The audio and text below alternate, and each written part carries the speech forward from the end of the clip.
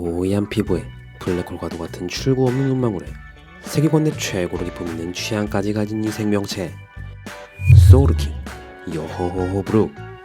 애니메이션을 통해 연출된 그의 활약에 감탄하며 한없이 팝콘을 섭취하고 있던 저 고민은 뜬금없게도 그의 설정에 관한 본질적인 의문을 가지게 되었습니다.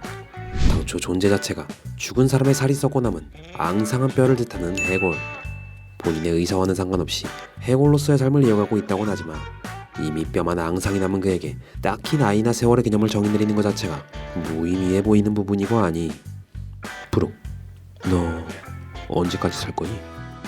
오늘 저 고민은 가히 정의내릴 수 없는 브룩의 수명 자체에 대한 의문과 그 의문을 통해 도출해낼 수 있는 추후 그의 행보에 대해 보다 고미고미한 관점으로 얘기해보고자 하는데요. 다들 빠져들 준비되셨나요? 뇌피셜일기 지금 시작합니다.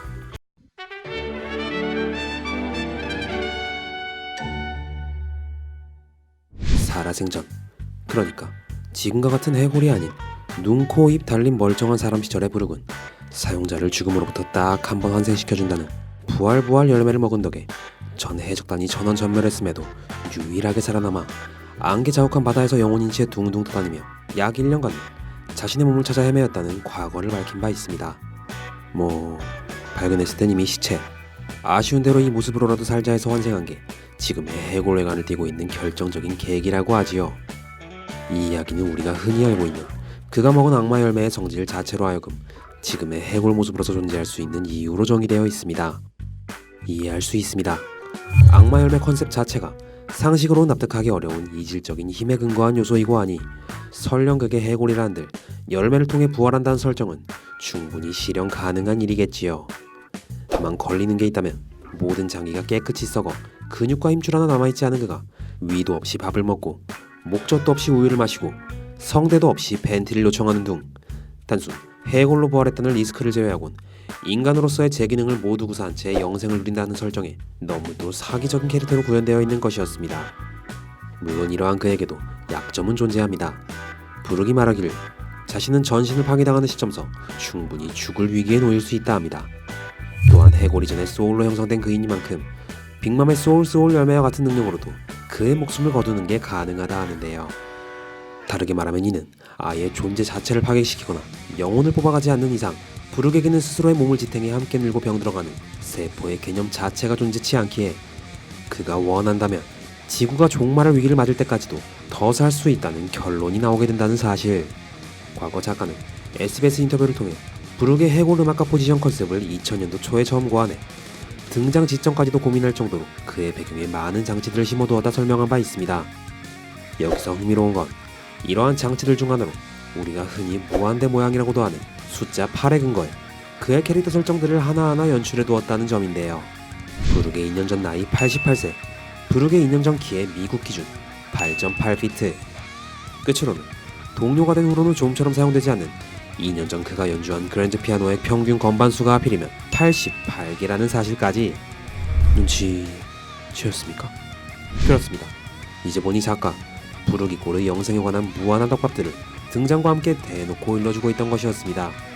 웬만치 오래 살겠거니 예상은 했습니다만 이만치 적나라하게 그의 무한한 생명력을 인지하게 된 이 시점서 뒤에 정의되는 저 고미의 추측. 불사의 심볼 브룩. 그는 시간이 흘러 세계관 내 최고의 연장자로 거듭나 자신의 친구 라분과 약속한 그 자리에서 현재의 크로커스를 대신해 평생의 노후 라이프를 맞이하며 끝내는 리버스 마운틴의 명물 해골로서 거듭나게 될 것이다. 소년 만화의 대표 주자답게 끝에는 저마다의 꿈을 이루고 뿔뿔이 흩어질 우리의 밀짚 모자의 적당.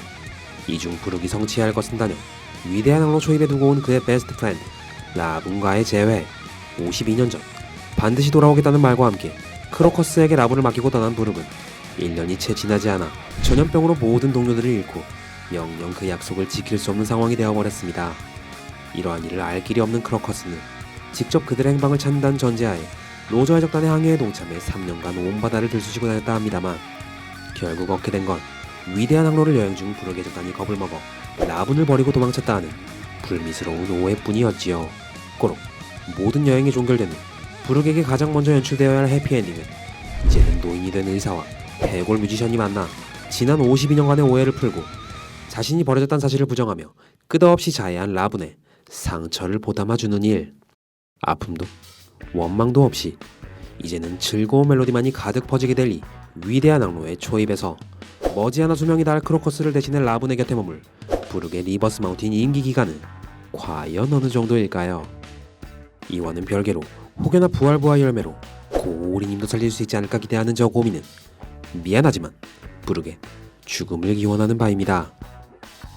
고미의 뇌피셜기 붉은 불사신 능력을 통해 비춰질 그의 행보에 대하여 그는 언제고 위대한 항로를 방문하는 예쁜 여해적들로 하여금 신사답게 팬티 관람을 요청할 준비가 되어 있는 세계관내 최고의 눈호강남입니다.